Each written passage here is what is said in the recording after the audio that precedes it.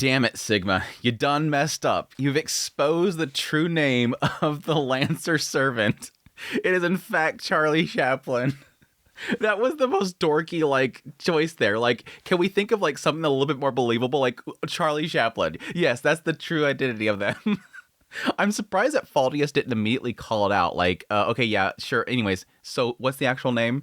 But it seems like he's not, oblivious to this. He obviously sends his crew to go take down Sigma, so obviously Faldius is not falling for this in any way, shape, or form. But I'm actually happy to see that Sigma immediately picked up on that and decided to, go for a route that's more survivable. Typically with these child soldier characters, they're always about the mission, and thus they're faithful to a fault. But no, this guy's okay, sounds like he's against me now.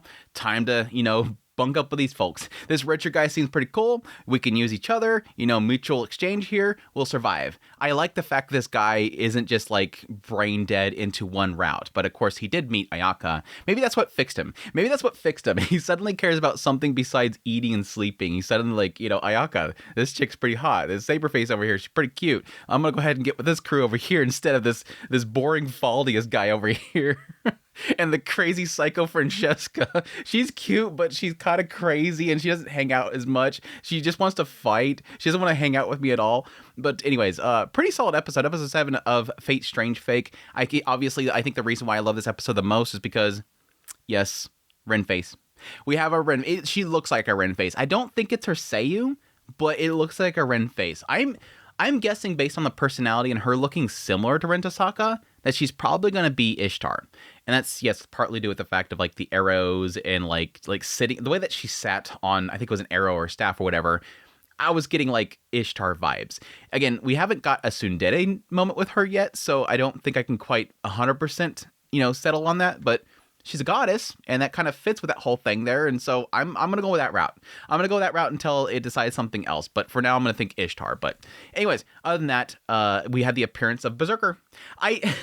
I talked about this a couple of episodes ago. It was I'm oh, well, we have everybody appeared now. I was going through Saber, Lancer, Archer, and everything, and I'm I completely forgot about Berserker.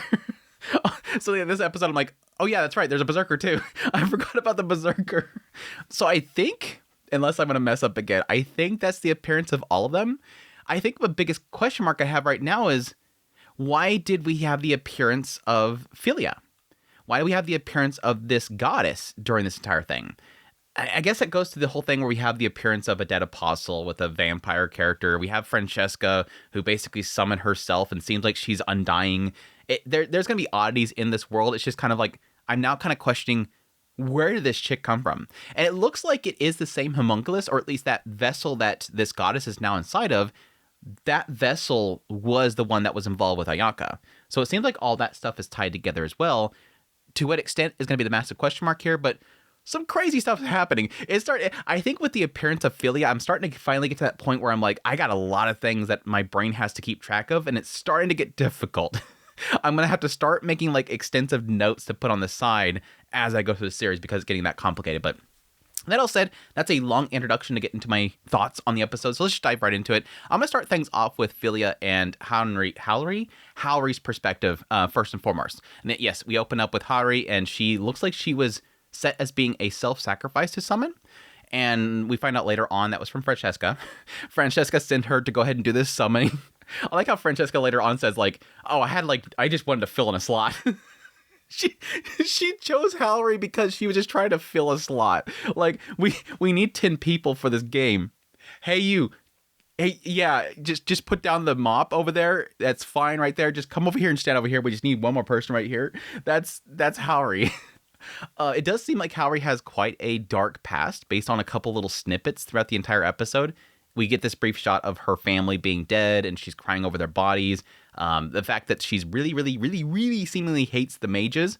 It seems like the clock tower and everything is involved with their deaths, question mark. It shows some kind of bee or something like that when she was crying over her family. So I'm assuming that has something to do with it. That probably signifies something that I'm just completely escaping my mind right now, but either way, yes, she doesn't like mages. She's sent there to sacrifice, and she summons something. She's about to die. And then, yes, we have the appearance of Filia. The goddess of Filia walks up. Immediately, she recognizes her as homunculus from the Einsburns. Looks just like it. Gets panicky, but then realizes her wounds are all healed up. And then she starts to cry, wondering who she is. I think this is the moment where she's touching her face and everything like that. And we get like these little brief shots, which again kind of hints me once again towards Ishtar. These little brief shots gives me that vibe of Ishtar. But yes, she's crying. She's asking who that is. I'm assuming that she's getting some sort of touch and healing of a goddess. And that's why she's in tears. And yes, implies later on, this individual, Filia, is the one that saved my life. I was going to die at that moment. She saved my life. And then she says, hey, make a pact.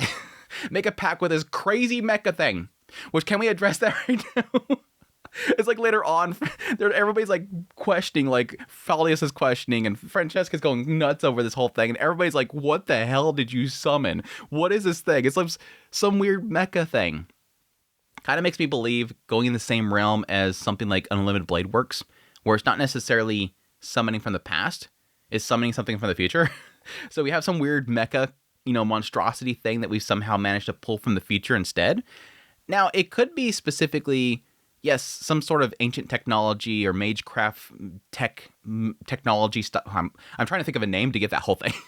Like it's using magecraft to make mecha craft. Anyways, I'm going to stop trying to make a name for it. Something odd and off that she's summoned into this world that is a little bit interesting. Very, very interesting indeed. But yes, anyways, Filia at some point says that she loves all humans and wants to, what was it that she exactly said? Now that I'm here, all of humanity will be properly dominated.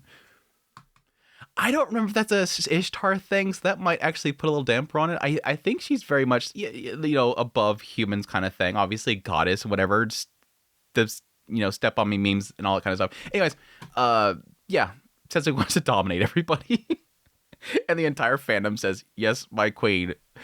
Anyways, that was pretty much all that segment set up. We go over to Balsdalot and Alcaides. They show up there, and immediately Filia is talking about the fact that they are covered in a lot of mud, and they're already halfway out the door from their humanity. And hey, by the way, you want me to kill you? You won't mind if I just go ahead and kill you now? Put an end to this whole thing. He questions very briefly if that's the will of the Einsburn, because again, everybody pretty much acknowledged her as being a homunculus from the Einsburns, to which she says, no, this is a container from them, I think. Yeah. It's very interesting how they built it. Hardly had any soul inside of it, made it very prime for me to be able to go in there as a god. So you're a god. Well, actually, I'm a goddess.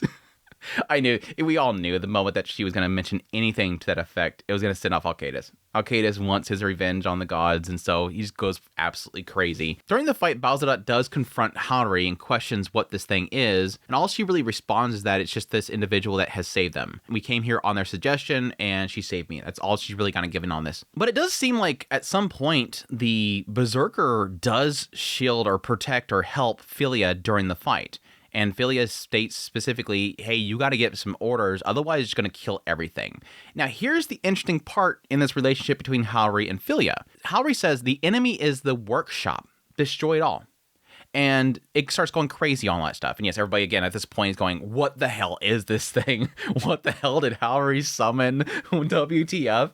But it shows later on that while this chaos is happening, Filia goes to Howry and says you should get out of here because mud's going to go everywhere. We got to dispose of this properly, implying the idea that I think Filia specifically came here to destroy them because of the mud that Francesca brought him. It seems like this goddess does not like this mud being here. But Filia also says to Howry, you dodged a bullet, or you dodged that one really well there. You said to destroy the place rather than specifically kill the people. Having those words slip from your lips wouldn't make you human. You'd be recognized as a mage, not worth keeping alive. Now, here's the interesting thing, because that kind of sets off Howry later on. Again, she's getting really mad. She's talking about destroying all this stuff. She hates it. She hates mages. And it seems like at the same time, she's being used by Filia, who doesn't like mages as well, or at least doesn't see mages as humans. And thus basically saying that if Howry becomes specifically targeting humans, Filia isn't going to like them. Filia, again, loves humans, and thus, if Howry says for it to kill a human, she's not going to like her anymore. It's like this weird, relationship that Filia and Howry have so far, where it's like, Howry's supposed to be fighting in this whole war, is supposed to be taking things down, but Filia the entire time, who's protecting her and that she looks up to for saving her, is saying, don't cross this certain line. Don't cross this point right here. Yes, my queen. It's, again, very, very interesting little dynamic between the two of them. But yes, as this chaos is happening, and at some point, Bowsalot confronts Howry again, shoots her, and says to tell the Berserker to kill itself. At some point, Howry's like, whatever, command, I release a command, destroy the entire city, and right before she does that, she gets stopped. Because yes, elsewhere, Francesca sends Francesca to put a stop to this whole situation because it's getting a little too crazy. Now, here's the oddity here. And I got the impression of this before, like with the whole fight between like Gilgamesh and, Hippolyta and Alcedes. When they were going crazy and they're about to use their noble phantasms, even that point right there, Francesca sent Castor at that point to stop it. So it seems like every single time a fight starts to brew up and it starts to get crazy and get more heated up, suddenly Francesca gets involved and says stop. Now, right here in this scene, she says specifically why. She says all the actors are in place, but if the folks above Faldius make their move, this perfect stage will be ruined. So go stop it. And yeah, again, they're like, no, I don't want to get involved with this. And she just kind of just drops him in there. I like that. You're going down there, just drops him down there. Okay, me, let's do this. This looks great. It kind of implies the idea that the higher ups above Faldius, which again would be the individuals that have orchestrated all of this, Faldius is, again, the boots on the ground. He is under their command. But the states itself, or whatever group is currently working on this, which has been implied as the states, it seems like they're waiting for things to get heated up before they take action, and Francesca doesn't want that. So Francesca is trying to sort of delay it. Keep things just kind of little fights here and there, not let it get too big. Don't let things get too chaotic, really is what it is. And that could be simply the idea that if too much power is released at once, if there's too many noble phantasms, too much fighting happening, it will get to this level of energy that they need in order to take action. I guess we'll see once there's something that happens that Francesca can't put an end to before it gets to that point, or something that she wants to herself get involved with. Anyways, yes, Castor gets down there, uses Grand Illusion, and at that point says to make a bargain with them.